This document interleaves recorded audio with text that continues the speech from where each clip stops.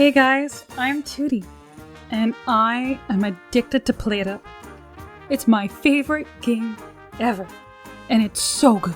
Oh my gosh, like girl, I stream it on Twitch almost every day, and I get a lot of people coming into my stream asking, how do you do that? Why are you doing that? Why not that? What's that for?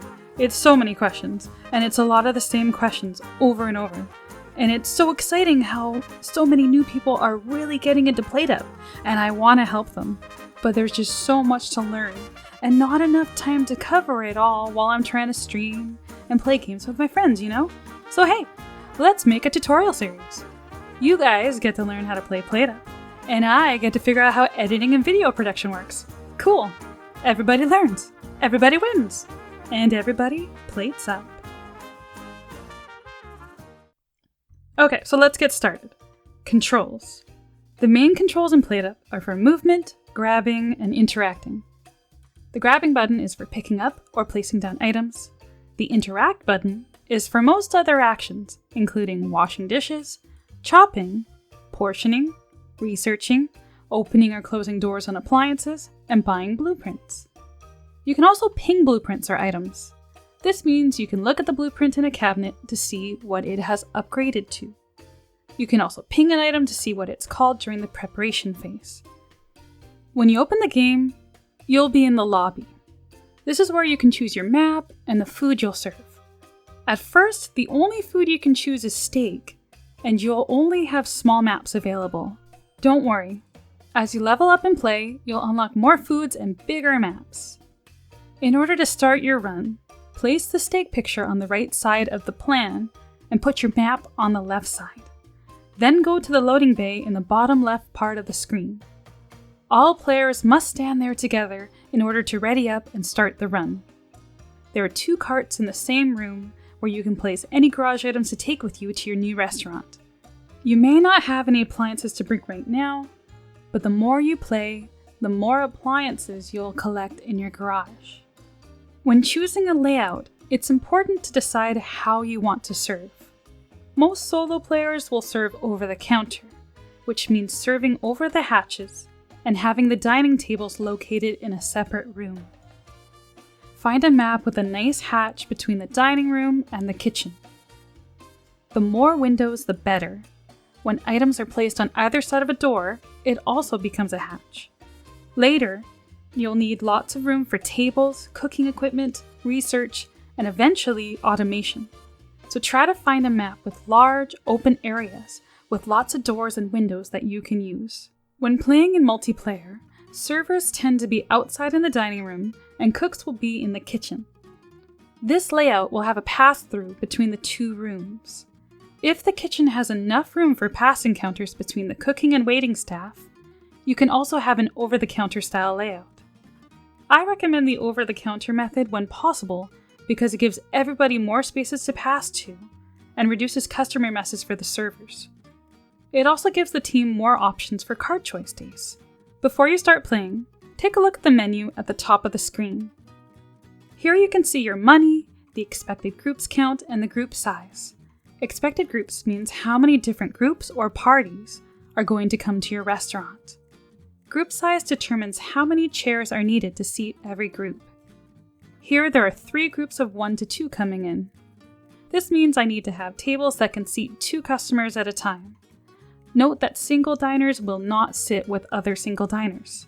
This means I have to serve this person's entire meal before the other person will sit down for their meal. Sometimes you'll get cards that either increase or decrease the minimum or maximum group size numbers, so pay attention. Don't worry though. The game won't let you start the day until you have at least 1 table that can seat the maximum group size.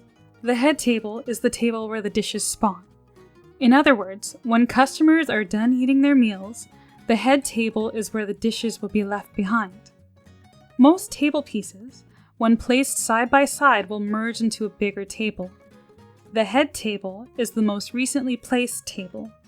The head table position matters when you're combining similar table pieces together. If you forget to set the head table properly, you may have to go out of your way to clear tables, which could cost you the run. The head table will have a number above it indicating the maximum number of customers that can be seated at the table. Always make sure that you have the correct number of chairs to seat the maximum group size at all of your tables. You can interact with chairs to either increase or decrease the number of open seats at a table. You can extend tables by placing similar table pieces together. This puts the customers and the messes they make farther away from the servers. Make sure the head table is in a position that the servers can access.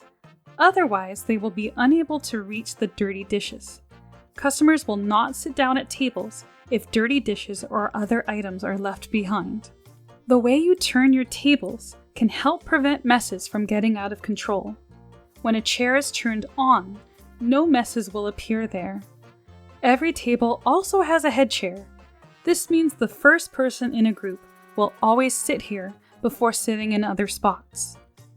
Placing the head chair farther away from you and closer to the door will prevent messes from being spread where you're walking and will help the customers enter and leave the restaurant more quickly. When you place a table, the chair on the east side is seat 1, south is seat 2, west is seat 3, and north is seat 4. This is the order in which customers will sit at the chairs. The first customer will always sit in seat 1. If there are 2 diners, they will sit in seat 1 and then seat 2. When you rotate the table, the seat order follows. Note how seat 1, 2, 3, and 4 have all rotated 1 spot clockwise. When you turn it once, you can see that there's an L shape on the bottom left of the table. This is where seat 1 is. If you are ever confused on where seat 1 is, you can either replace the table onto the floor and you will know that seat 1 is the east seat, or you can turn it until you find this side of the table. When you place a table against a wall, the head chair is a little different. Stand at the table and face the wall. The chair to the right will always be seat 1. Another way to think of it is the chair that would be at the wall would be seat 1, but because it is unavailable, the next clockwise seat is seat 1 instead. Knowing where seat 1 is can help you put the table and chairs in a location where the customers will be as close to the door as possible. You can leave the other chairs on, because the customers will not sit there. I suggest leaving all the chairs on to reduce messes from customers. This means there are only a few spots around the table where you need floor protectors or rugs to prevent messes. As long as you know where seat 1 is, you have control over where the customers sit, and you can limit the messes you have to deal with. Mess range. When setting up your restaurant, keep in mind that messes spread within a 1-tile radius of hobs and customers who are seated at tables. Well-placed hobs and floor protectors can prevent messes from appearing. If you put your hob in a corner like this, for example, this is the only spot where a mess can be. All you need is a floor protector, rug, or any robot buffer or robot mop to cover the spot. Ovens and microwaves do not create messes because the door prevents any cooking messes from spreading onto the floor.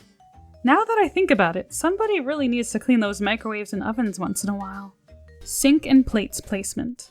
For multiplayer, I recommend having the sink accessible to both the servers and the cooks. When needed, the cooks can help with washing dishes and will have access to a water source for dishes that need water. When you wash dishes, there will be a splash from the sink. This means water will go onto the floor and may clean any smaller messes.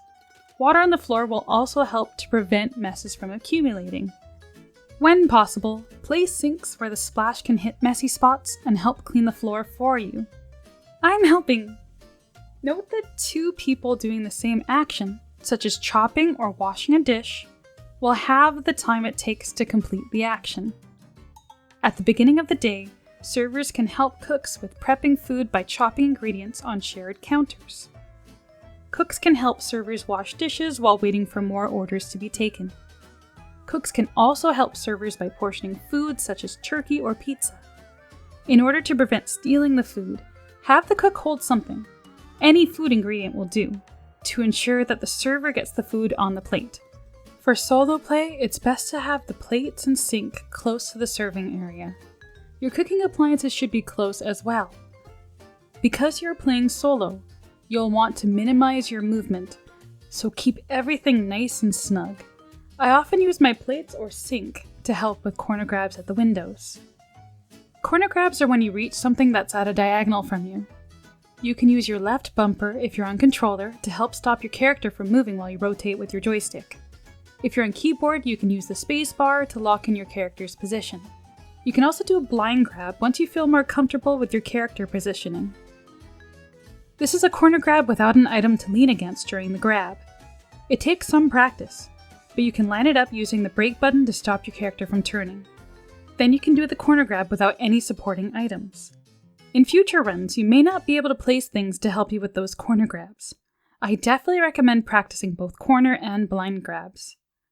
Did you get all that? I know it's a lot, but let's just do a quick recap.